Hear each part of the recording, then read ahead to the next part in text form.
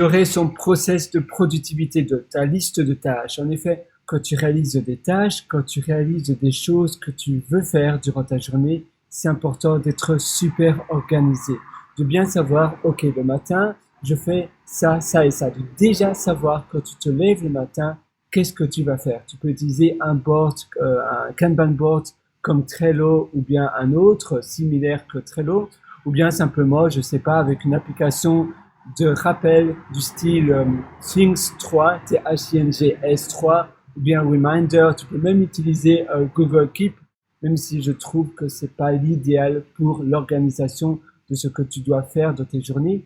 Mais c'est important de vraiment savoir, en te levant le matin, qu'est-ce que tu dois faire. Et aussi utiliser le principe du time boxing, donc de t'allouer un temps. Donc, par exemple, je m'alloue un temps imparti de 90 minutes et tu utilises une bête application de timer. Par exemple, tu vois, là, je vais mettre un timer de 12 minutes et directement, dès que ça sonne, je sais que je passe à l'autre tâche. Et ça me donne aussi une certaine incentive, ça me donne un certain stress parce que je sais que après 13 minutes, je dois switcher à l'autre tâche, même si je n'ai pas terminé. Ça rejoint aussi la loi de Parkinson qui dit que et finalement, on utilise tout le temps qui nous est imparti. Ça veut dire que le temps se dilue. Si on nous donne 2 heures pour faire quelque chose, eh bien, on va utiliser ces 2 heures entières. On a tendance à étendre le temps qui nous est imparti dans une tâche. Évidemment, certaines tâches sont impossibles à être réalisées en 12 minutes, en 1 heure, en 2 heures, mais c'est pour cela qu'alors tu dois les découper en plus petites parties. Et pour chaque tâche, par exemple, si tu utilises Trello, tu vas mettre, voilà, le matin, je me lève, 7 heures du matin, de 7 à 8, je fais ça. De 8 heures à 8h20, je fais ça. De 8h20 à 11h30, je fais cela, et ainsi de suite. Et c'est bien pour chaque jour. Donc, ça veut dire qu'avec Trello, tu vas utiliser lundi, mardi, mercredi, jeudi, vendredi, samedi, dimanche. Chaque colonne va représenter une journée de ta semaine. Et pour chaque journée, personnellement, moi, je me lève à 5h17 du matin.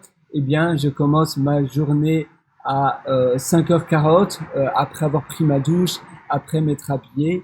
Et de 5h40 à 8h30, je bosse je fais de l'écriture, je lis et je bosse de la programmation. Et puis après 8h30 jusqu'à 9h, je prends mon petit déjeuner. Et puis à 9h, je vais au bureau parce que j'ai aussi un travail en tant que salarié.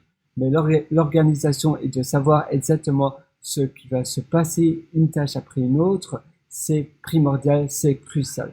Voilà, j'espère vraiment que ça va t'aider. Je t'ai d'ailleurs concocté un atelier sur la productivité qui s'appelle l'immersion profonde, la méthode DEEP, qui est disponible sur mon site pierrewriter.com, pierrewriter.com, et là-dessus tu as un lien qui s'appelle mes méthodologies. Tu cliques dessus et tu verras cet atelier qui est, je pense, vraiment fait pour toi. Évidemment, tu dois vraiment avoir l'ambition de changer.